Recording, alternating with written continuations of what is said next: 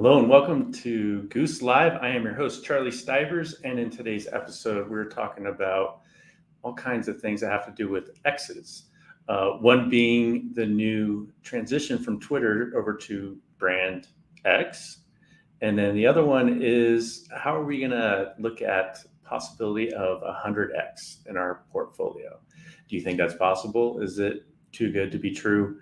We're going to jump into some of these strategies. I've actually had a couple 100Xs and we're getting ready for this next bull run. So we're going to give away some strategies on how to find some of these and take advantage of that and put some of that back into your pocket so you can grow your portfolio and your net worth. So we'll be right back after this brief intro and we're going to jump right into it.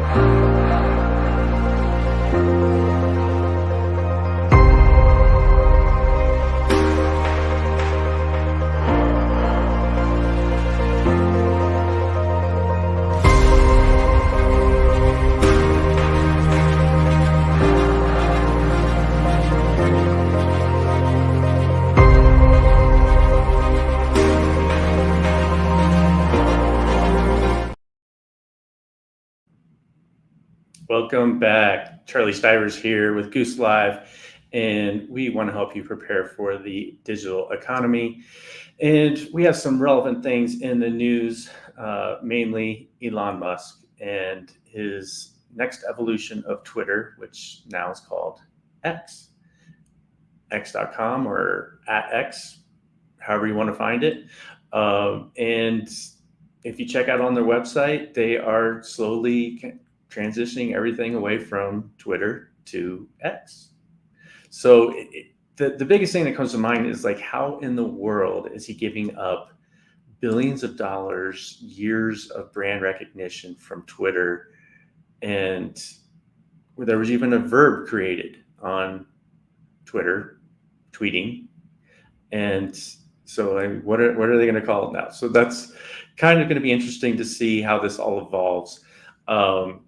And I think that's the biggest baffling part of this is giving up the branding and that history. So anyway, he's got a big vision, obviously, and this stems all the way back from when he was one of the co-founders with PayPal and Peter Thiel. He wanted to call PayPal X. If you happen to read or listen to his biography, he goes into the history quite a bit. So it's pretty fascinating to see how 20 years later, he's circling back around. And it's probably one of the reasons why he wanted to buy Twitter, because he sees a bigger vision. And that's what it takes. He needs, I'm sure he's thinking 5, 10, probably even 20 years in the future of where he can take all this. So, the whole purpose of, where he wants to take Twitter and X is he wants it to be the everything app, the everything destination, the everything community, focused on communications, finance, gaming. And, and ultimately that thing is to come down to being like a data transmission platform. So, in that, you have to also keep in mind, these big companies were using AI or artificial intelligence years ago. So, there's that aspect of it. And, as consumers, we see AI is just really popping into the mainstream since about the end of 2022. So the other part of this is Tesla is also an AI company. So, I think he's connecting a lot of dots that we're not aware of yet. The other part of this is, if you looked at, who was investing in the buyout of Twitter, uh, one of them that, me being in the crypto industry really caught my attention was the guy who started Binance, the whole Binance company, the Binance brand. There's many aspects of it now, but they threw in $500 million. So there are these hints of X being this app for crypto payments or integrating it somehow, because of that investment, pretty sizable investment of $500 million from Binance. And the CEO's name he goes by CZ. He's, I believe, Chinese, but he grew up in Canada. And now Binance is, in some ways it's very centralized, but in other ways, they have branches all over the world. So there are elements of decentralization, which is important. And, because he's abroad and not based in the US, he's doing a lot of pushing back against regulators. So he's rocking the boat. Elon Musk also likes to rock the boat. And that's the other biggest challenge that, all of us who are kind of analyzing this is seeing. X is already has patents on it. There's, I think, a big one from Meta or Facebook that has to do with payment processing already. So I think that's going to be one of the biggest challenges is this IP patents, or IP, intellectual property. So there's going to be some hurdles there. Probably going to be a lot of deal making. So who knows with all these guys, all these CEOs, and how it's going to evolve. But it's going to be an interesting one to watch. So the title of this show is Exploring the Future and Expanding Horizons. So my X brand take, and then finding the next 100X in crypto. We're going to get to the crypto and the 100X because that's some pretty juicy info. So we'll get to that in a minute. And just so you know, I did take a lot of notes since it's just me running solo today. I don't want to forget anything, but I love just, speaking from an outline, speaking from, the heart and the mind, and just flow with it. So if you are attending live, please comment, and I would love to engage with you here on live. Otherwise, you can post some questions or comments, and we'll be sure to follow up with you and engage with you further on some of these social channels. So, the last point I want to make about Twitter is they're also really, this whole incentivization models. A lot of people are saying, oh, this kind of reminds us of the new day or the early days of YouTube. Well, Twitter already started handing out checks to creators. And now they're really ramping up this whole model that they're trying to bring on more and more creators, some just in video. So they're really starting to create this ad share revenue program. And so they're actually calling it a creator ads revenue sharing program. And I copied this from their website. So it says, we're expanding our creator monetization offering to include ads revenue sharing for creators. This means that creators can get a share in ad revenue starting in the replies of their posts. This is part of our effort to help people earn a living directly on Twitter. So we've seen and we've heard stories of YouTubers, TikTokers now that are making a really amazing living with millions of followers. And all they do is create sometimes cool content, entertaining. So, anything that creators are doing on their platforms to keep users coming back and back, that's a value to the owners of the networks. So, that's been pretty cool to kind of see them really adopt that. And, just me being on Twitter a lot, primarily for crypto, is people were actually posting their receipts of what they earned last month. So there's some commas in there on some of these checks. So that was pretty fascinating to see that it's working for a lot of people who are putting in the time to create content. So you can also, like, if you go back and research, it's hard to find because it used to be just twitter.com, and you can, it'll take you to a normal website, but now it goes to their Twitter main page. So you have to do some following some links and really dig into this to see where they're going. And that's where I was kind of headed beginning this is, as I was doing some research, some of it has the old Twitter stuff and half of it has some of the X branding. The other thing you want to keep in mind, this is probably the last point I want to make about Twitter, is, it is a destination for information that you are seeking, either, financial news, pop culture, leadership. You can really kind of segment that and like even search by hashtags. That's where this whole hashtag thing came from, is you can go by topics or interests, passions. So it's pretty handy. And then you can even, there's Twitter or trending posts, trending hashtags on Twitter that, you may pay attention to, or that's what grabs your attention. So I want to encourage you to look at X as another platform for social media that can really help you cut out the noise. We all have to deal with some of the commentary. So it's, in my opinion, it's more like an efficient platform where, it's business, it's relevance. You don't get a lot of the personal stuff that you do on Instagram and Facebook, which is fine. That's one of the purposes there. So, to sum it all up, the world's most influential leaders are on Twitter. If you think about it, if you're watching the news, sometimes I don't watch a lot of news, but you'll see screenshots of a Twitter post from Mark Cuban, of our president, of other presidents. So, that's, if you can see the value there in cutting out the noise and really kind of streamlining your news, because, who likes to sit through, a news feed, that's an hour program and like 40% of it is commercials. Gets pretty old.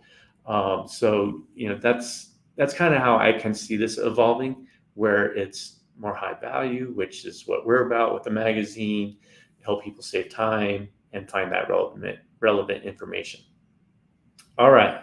So let's get into the juicy stuff. And, for those of you who don't know yet, if you're new, thank you. And existing and loyal watchers, I appreciate you tuning in and, soaking up some of this content that we're putting out there, both on Goose Live and Goose Magazine. So we would love to have you as a free digital subscriber. You can check us out at goosemag.com, and I will post that here. And, we're a startup. I'll share a little bit about our story real quick. I got it. My whole background is financial planning, traditional financial planning. Since 2001, I started investing in the .coms back in '98, and I really enjoyed it. It was when I was in college in the mid '90s. I took an economics course and really connected with the professor. And he's like, see if you really like business and pick up the business or the newspaper. And I just pulled out the business section every day. And literally I felt like Alex P. Keaton from Family Ties walking around with the business section back in the 90s. And then my dad actually passed away in '98. And there's 7 of us kids, so we got to split a little bit of life insurance, and I didn't want to blow it. So had the opportunity. I was nerding out on all these .coms and tech companies. So I took a little bit of risk and threw about half of that into some of these .com companies back in '98 and did very well. So that changed my life. I was 23, made some mistakes with that, but was able to live on it for a while. Wish I would have reinvested it more so. But I was focused on some of these tech stocks. And I think the biggest loser I had, you may recall, is Palm. So that one was kind of like my last really shot at this. But my biggest return was Infospace or infospace.com. And, that really just opened my eyes up to the whole internet and how it was evolving. I had AOL, E-Trade. I think the other one that didn't do so well was Egghead.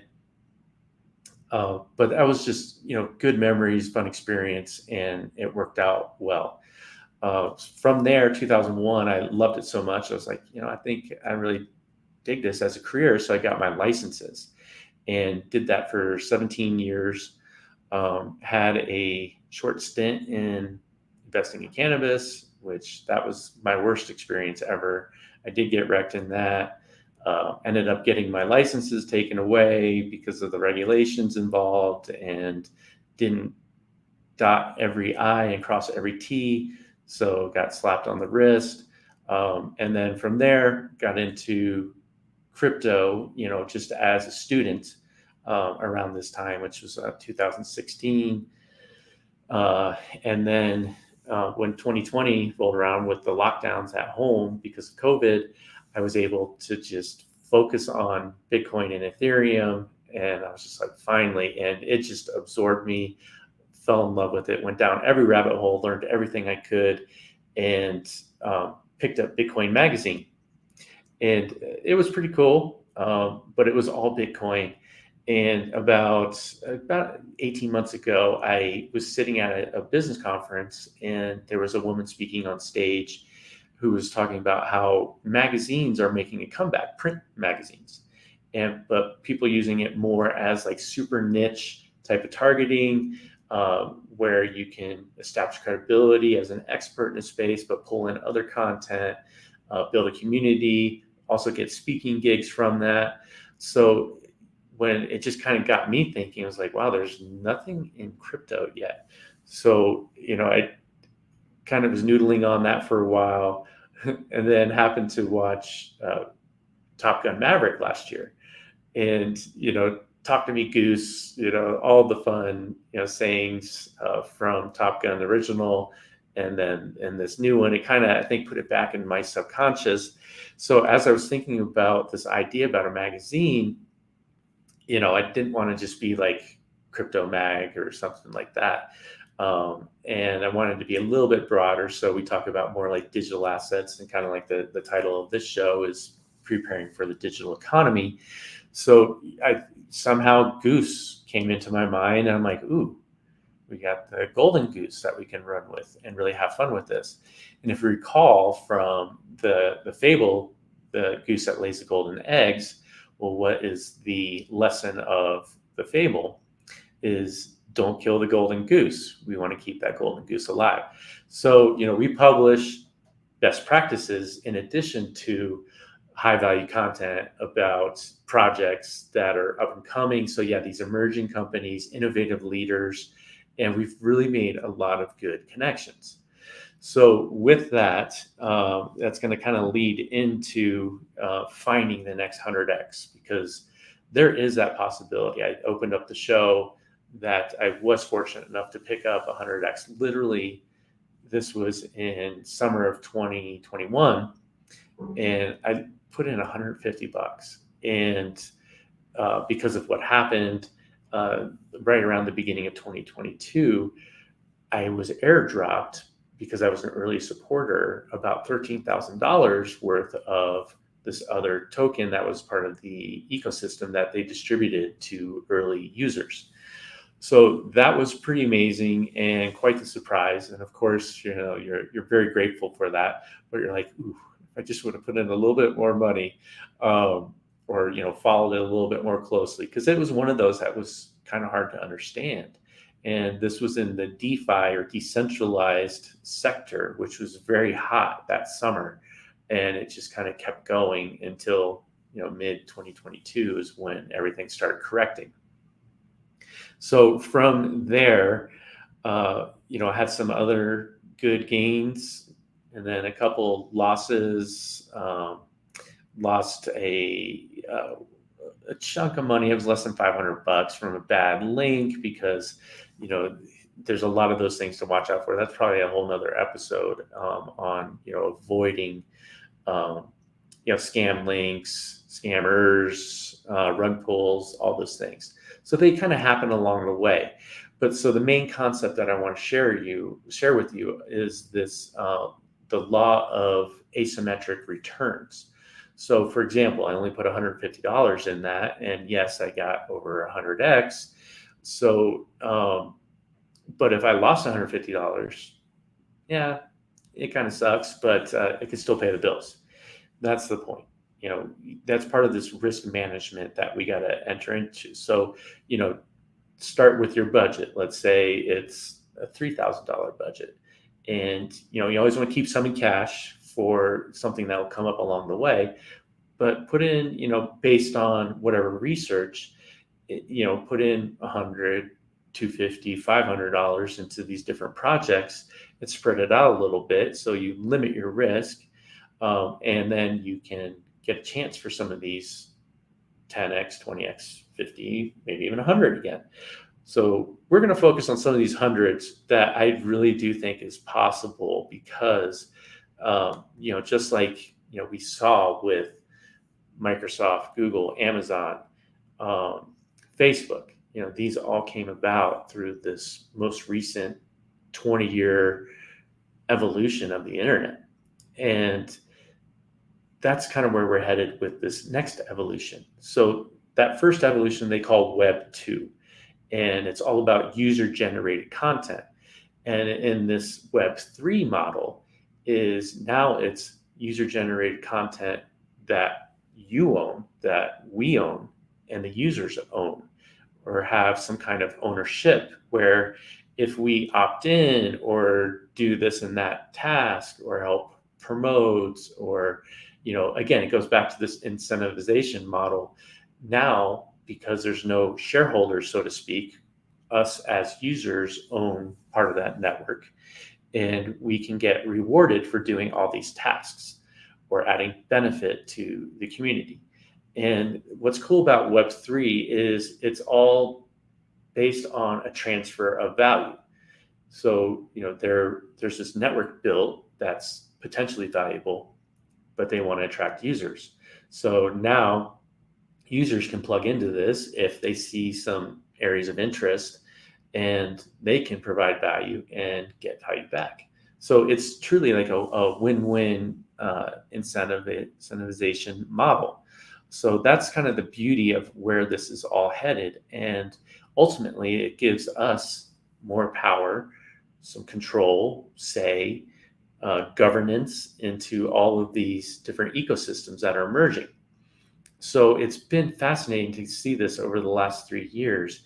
And now my goal is to help onboard new users and get you up to speed as quickly as possible. So now you can be positioned for this next bull run, because we're not sure about the timing, but the institutions, if you're following any of the news, the institutions are really pushing towards these Bitcoin ETFs, exchange traded funds.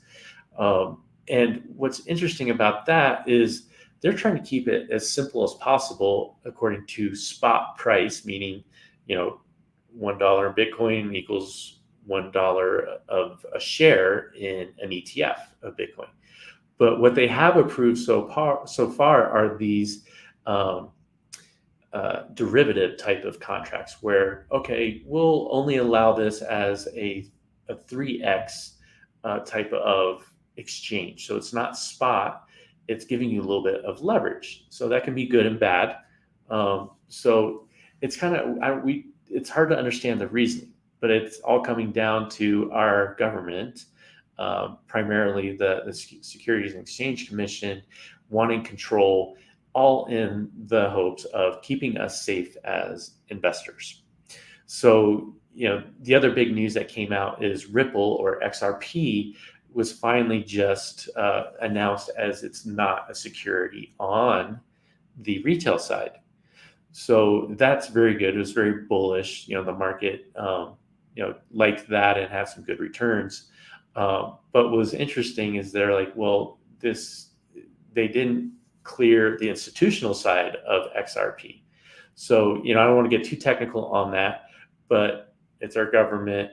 And, while all this is happening, legislators, regulators are all bickering over how to regulate this properly, all in the name of safety. The other aspect of this is the CFTC, the Commodities Futures Trade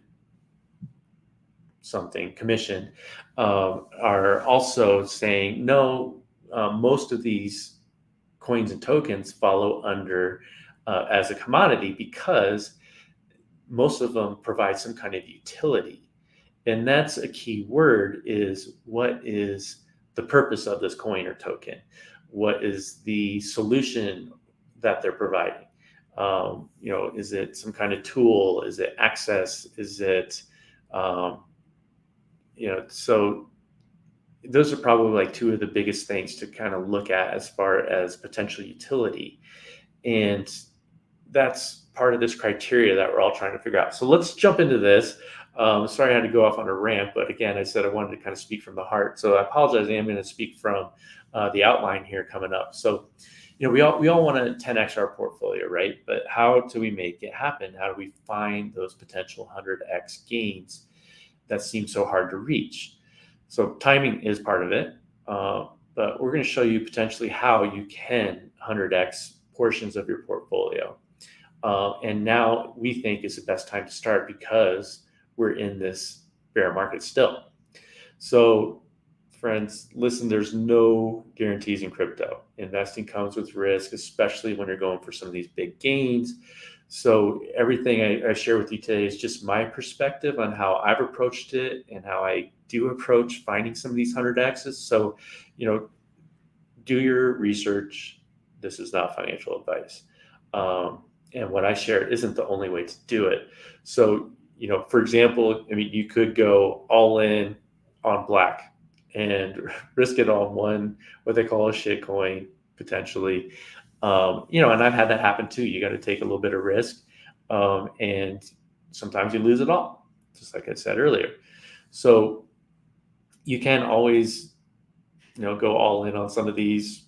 That term all in is pretty, came from poker, and you either can get a huge pot out of it or you lose it all and you're out of the game. So we don't want to do that. We want to keep you in the game. We want to keep that golden goose alive. We want to find the next golden goose for you.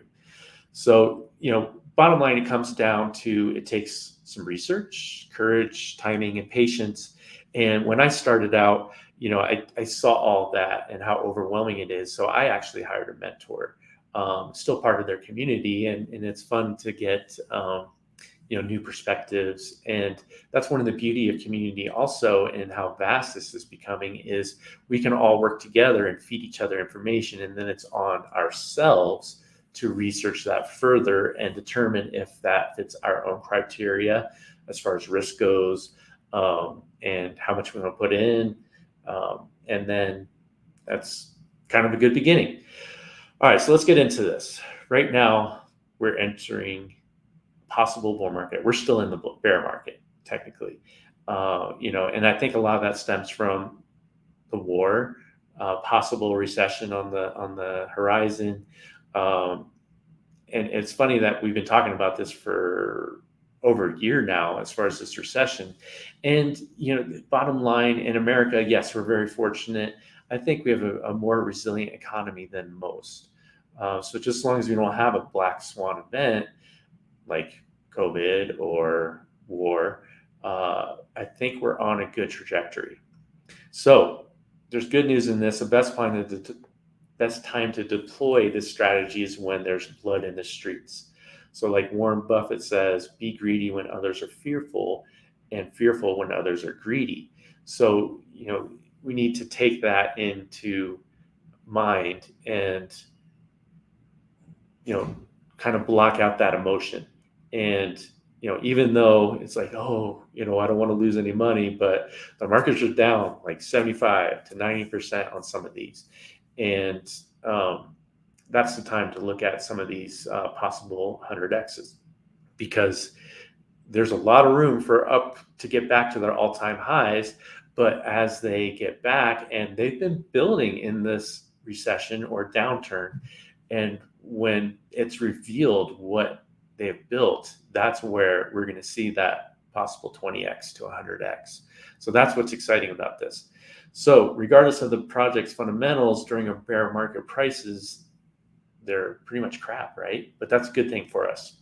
So the biggest gainers in the bull market are often born in the bear market. So some of the most successful projects in this next bull market might not even be released yet, or there may be a spinoff. So the most vital part of this play is finding these projects as early as possible. Wouldn't you agree?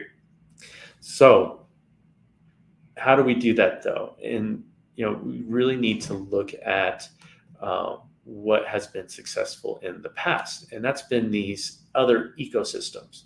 So if you think about it from a network point of view, Facebook, Microsoft, Amazon, Google, they have this layer one, if you think about it, and then they built on top of it these applications. The applications would be like a layer two. So it works kind of the same way in crypto, where there's this layer one ecosystem. And then what they do to attract more and more users is they attract other developers to build applications on top of that. And developers have their own criteria on why or why not they would prefer one network over the other or ecosystem.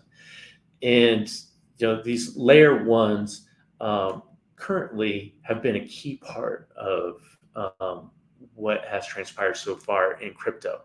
But for the most part, they've been a spin-off of Ethereum. So Bitcoin, think of as like digital gold, and Ethereum is more like programmable money using these smart contracts.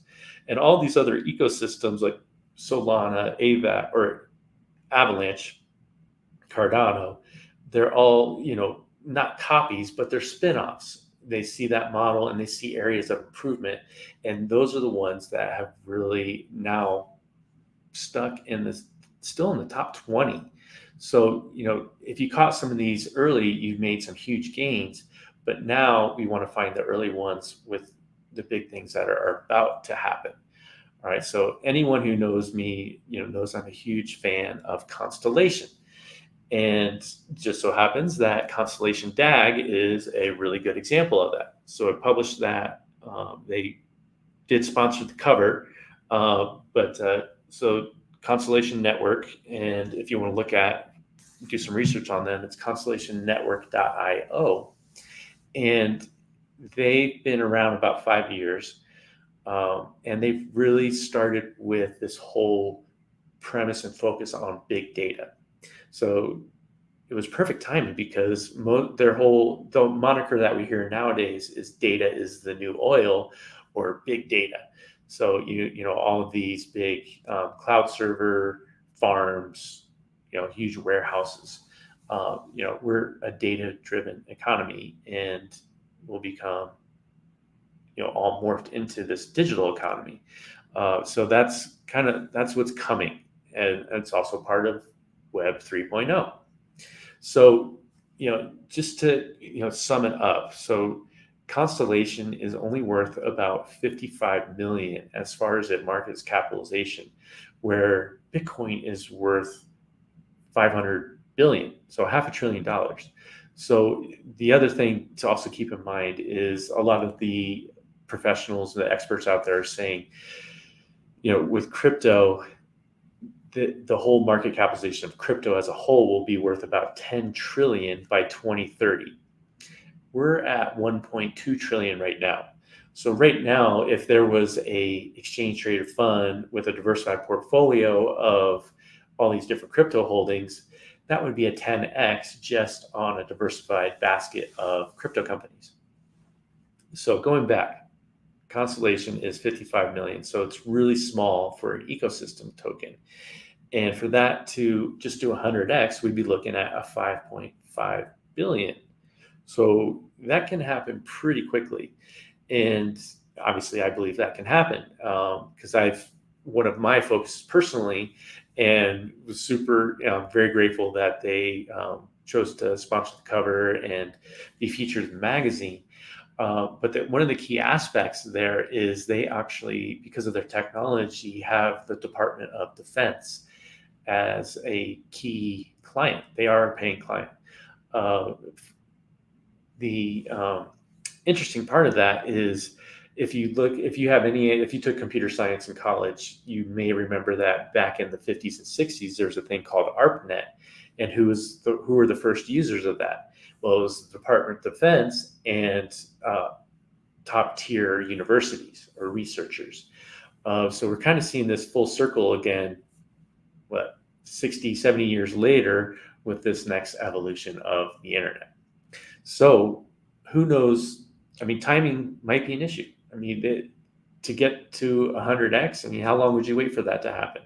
If it happened within a year or two, you'd be super pumped. But even if it happened in 5 years, 10 years from now, that would be still pretty amazing and life-changing. But if we see this kind of transitioning little by little, and it's just slow, sustainable growth, now we can incorporate other financial planning strategies and just do dollar cost averaging, where, hey, out of every paycheck, I put $500 a month towards my whole financial plan. And maybe 50% of that goes into crypto, and the other 50% goes into a Roth IRA. So we all have different strategies for our own personal economy and where we want to get to in the future. So, to personally believe to go for a 100x portfolio is a solid way of investing in an ecosystem only. And within that, then there's, like I said, other developers building in there. So there's other projects. So the risk there is, yes, you're kind of having all of your eggs in one basket, but you're still diversifying. And of course, there's going to be other projects along the way that, will throw a little bit here and there. And you'll have to read some of the magazine articles to see different ways to diversify further. We talk about decentralized finance. We talk about Bitcoin. And, if you have limited time, energy, capital, you can start putting in $50 a week, a month, a day, whatever, into Bitcoin through Cash App. But then from there, I would highly recommend at least once a month, you transfer that to a cold storage wallet. But it's so attainable for us as investors, just starting out, young investors. I mean, I have 2 clients who are in their teens, late teens, that I work with them and their parents because they're not adults. But it's so attainable to get started with a little bit every month. So let's see. So what we can do to remove a lot of doubt is, we find these, what they call micro cap gems on these ecosystems that have true utility. I mentioned that earlier. So you want to be searching for projects with even, a $10 million market cap, where 100x would be 1 billion in market cap. So a lot of these big names that are out there today were at one point micro caps. So there's going to be a changing of the guard, so to speak, where, like I was saying earlier, all these copies or similar models to Ethereum may end up falling by the wayside. I mean, there's 26,000 different coins and tokens out there. So that's kind of how convoluted this can all get. And it becomes a challenge. But out of the top, like I was saying, the top 25, the ecosystem ones are the ones that are in this top 25. And a lot of people think that Constellation can get in the top 25, top 10 even, because of the value that they're bringing. And I'm going to get into that in a little bit. So, what we have to look for in these projects are they entering a big industry segment? What's their niche? Are they potentially tapping into huge revenue potentially? And fundamentally, are they solving a big problem? So the play here is that if Constellation delivers on what it says, it's going to have a huge run up in price at some point. When this happens, projects building on it are also going to experience massive gains. So if DAG increases, DAG is a symbol of Constellation because DAG means direct acyclic graph, where blockchain is linear. And that's why I'm kind of saying, some of these existing ones are somewhat dinosaurs, or may end up being pretty soon, where direct acyclic graph is more like this mesh network where it becomes more efficient and operates more efficiently when there's more and more nodes and users on the network. So it's kind of a pretty fascinating way to look at network growth. So, for example, going back to how ecosystems evolve. When Binance Smart Chain, I was mentioning that earlier, as one of the investors in Twitter, they had this mega run from $30 to $700, which is a 23x, pretty good. But that happened over 5 months, and then its exchange, the primary one is called Pancake Swap. Went from 32 cents all the way to $47. That's 146x. So these lower market cap projects that are in this ecosystem, they do have a lot less liquidity to begin with, but they can also double, triple, 10x a lot more quickly when the rest of the ecosystem is starting to pump. So they say, rising tide lifts all boats. And so here's some Constellation examples. So their exchange is called Lattice Exchange. And right now, Lattice Exchange's value is only $3 million. So to do 100x, that would only have to go to 300 million. And I think they were pretty close to that from their all-time high. So that is very much within reach. And then, so just for comparison, Uniswap was on Ethereum, and now it's, I think, a $5 billion valuation.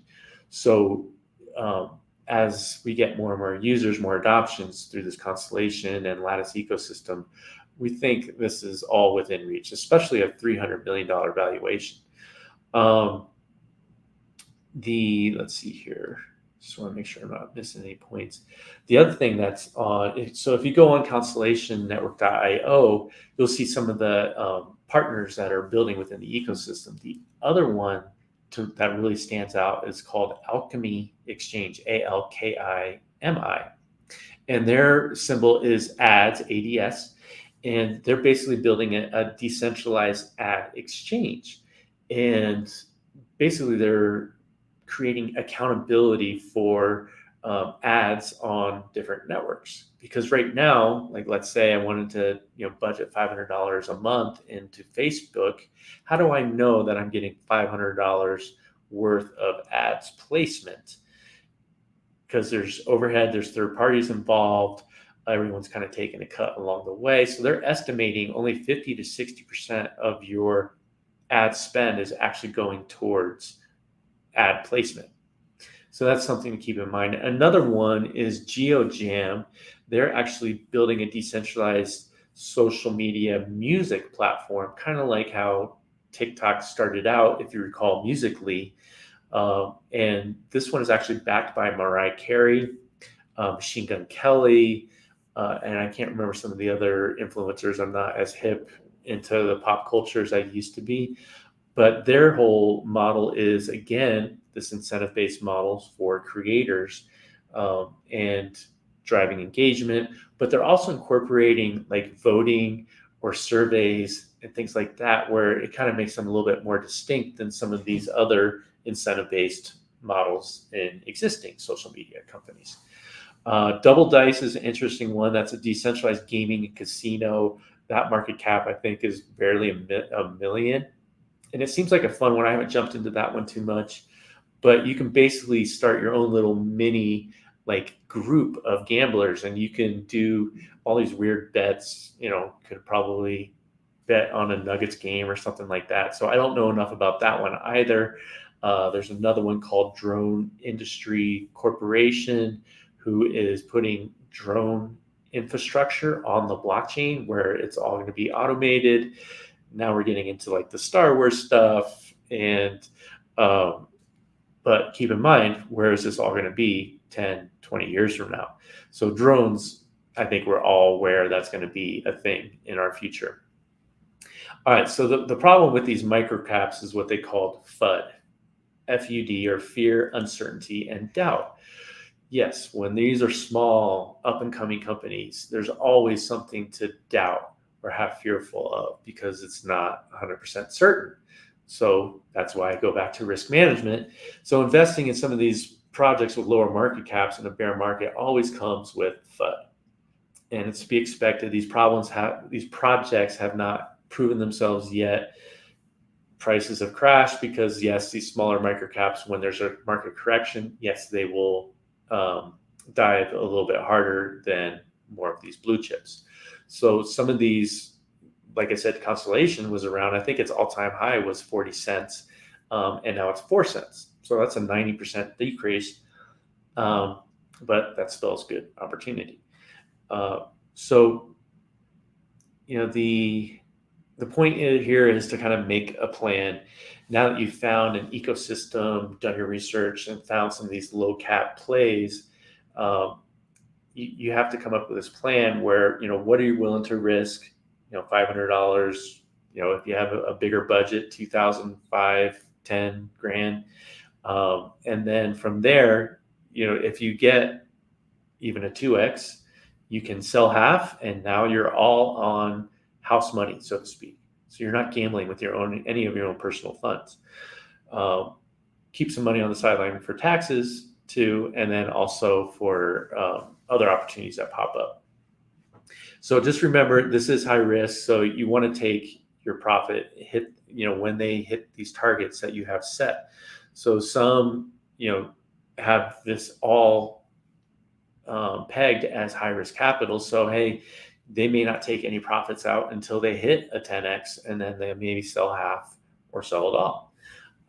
Because some, will do this straight up and go back down, and some may not ever come back. That happens. So, that's one of the reasons why you do want to take profits along the way. So, I would say, taking profits is probably the hardest part because, that's why you say plan ahead. And when they hit these targets, you have to do what you plan to do, because now you get to this emotional point where like, oh, they came out with this news. This looks really good. This could be my 100X. What if I turn, $500 into 50 grand or 5 million? That's possible. So, that's where this greed sets in. Like, hey, I'm gonna risk it all, bet it all in black, or so that's where you should take some profits for another day, another project. But we're all different. Okay, that's up to you.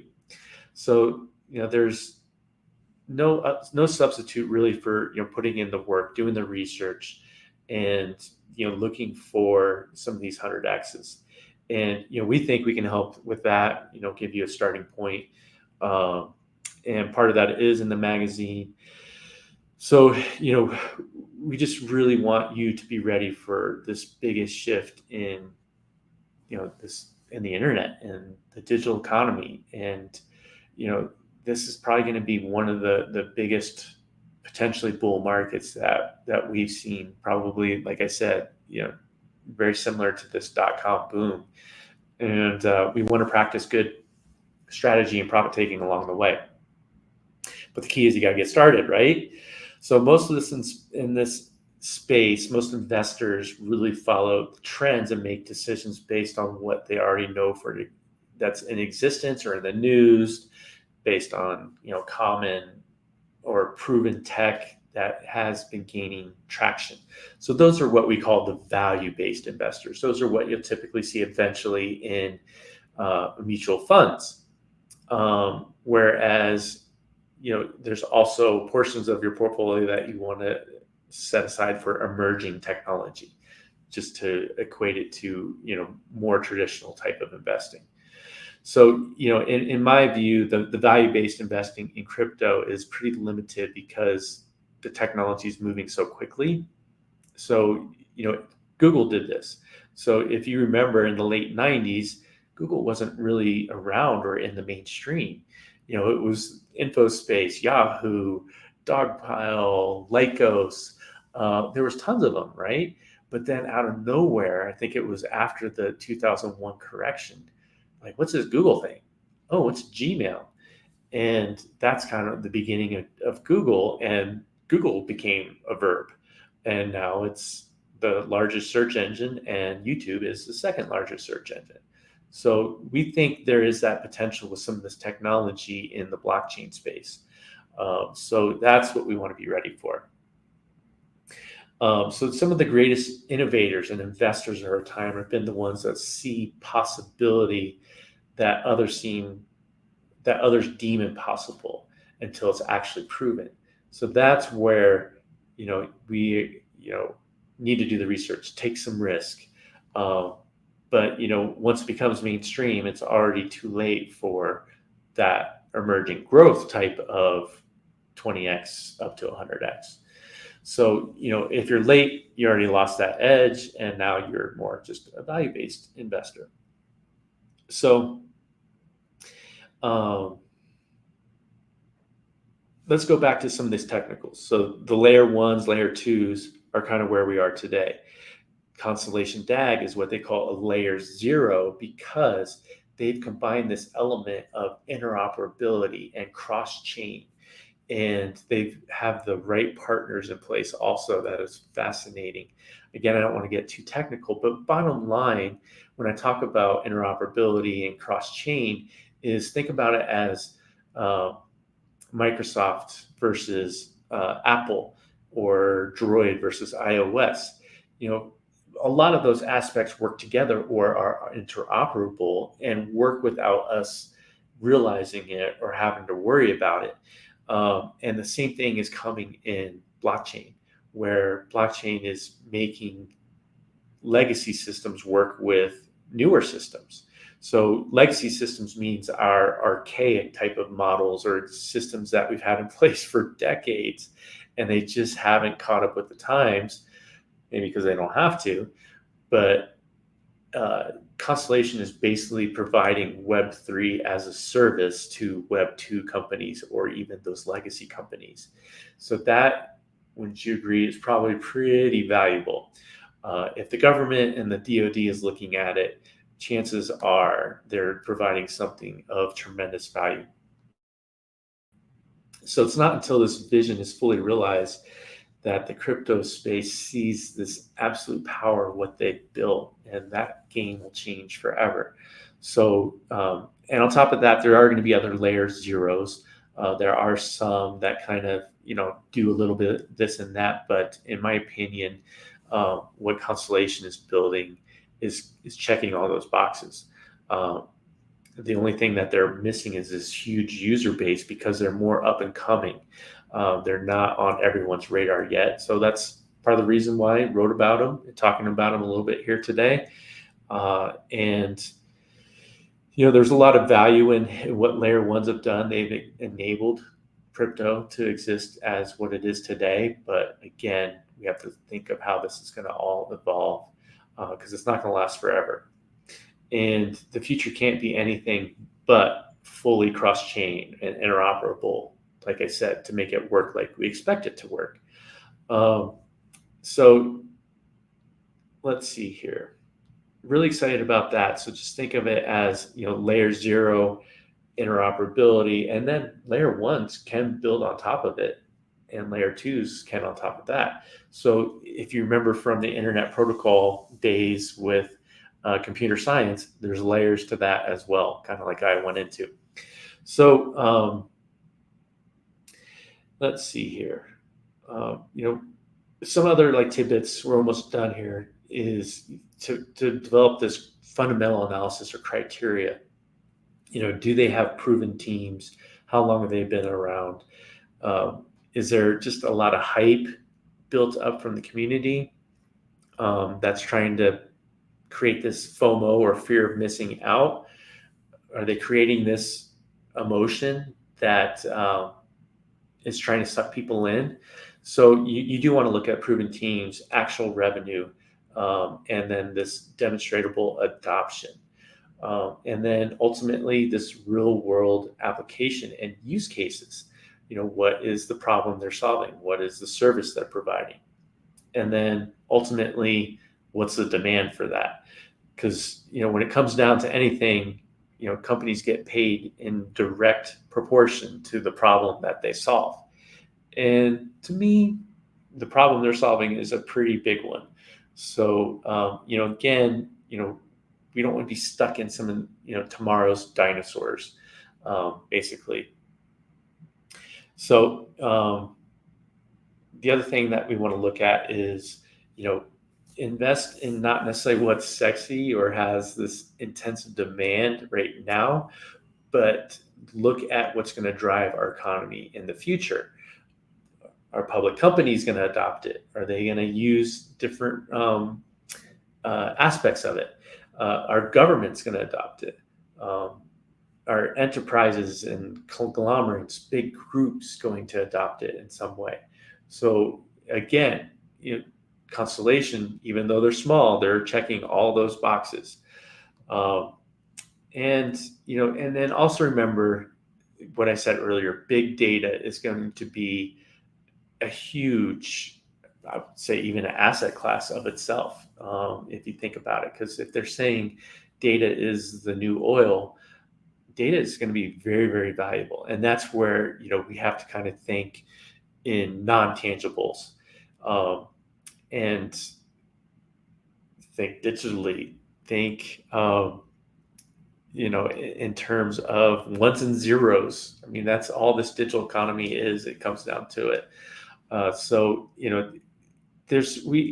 if you want to reach out to me, we have some good resources on where else to read it, who to follow, books to read. So it's really fun to turn people on to the right places. And I'm all about helping people save time. If you want to hire us to help you set things up the right way, because my whole point is help people get started in crypto the right way, which is safely, confidently, then profitably. We can help with that. And we would love to have you as, like I said, a free subscriber to the magazine, which is goosemag.com. And, just want to support everyone on their journey. So thank you for tuning in. And we're going to catch you next week with someone that's building layer 2 in the Bitcoin space called Lightning Network. And there's more to come with that. And we will catch you next time on Goose Live.